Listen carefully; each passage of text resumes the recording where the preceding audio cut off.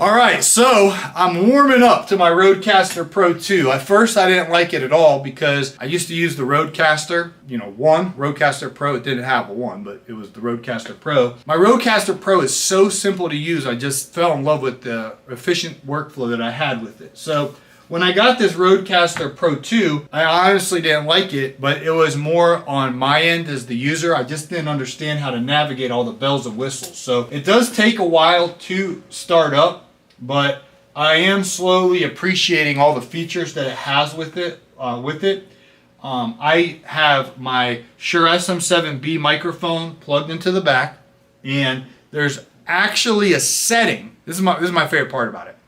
There's actually a setting on the RØDECaster Pro 2 for this exact microphone, so you don't have to get the cloud lifter. So for those of you who know about the Shure SM7B, most experts are going to say you need to get the cloud lifter with it, which is good advice. But this RØDECaster Pro 2 is so sophisticated that it's got the settings built in for the gain and everything that it will sound top-notch broadcast quality by just making sure you sync your Shure SM7B to the settings for a Shure SM7B and the RØDECaster Pro 2. So very cool feature that is that technology is, I don't know anywhere else that has it. It's fantastic.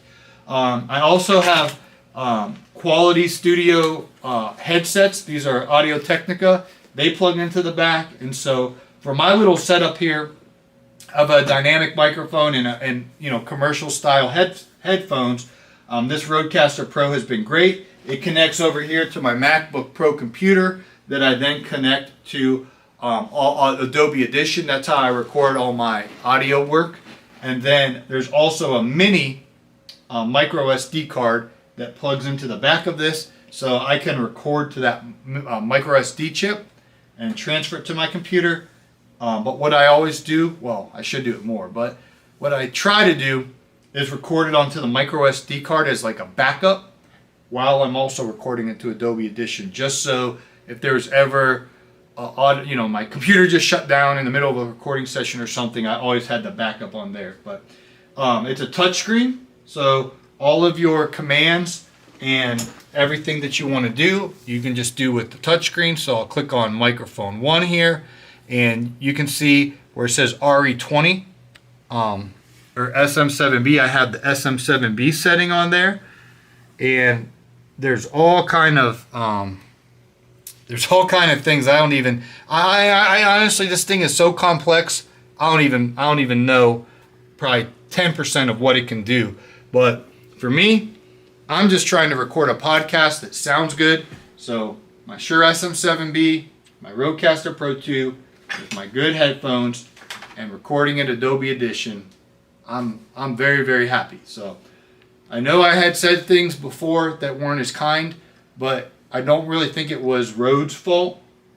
I think I just didn't have the learning curve to understand how great of a console this actually is. So the more months I get under the belt, the more impressed I am with the RØDECaster Pro 2. And that's all just because their first product, the regular RØDECaster, was just so great.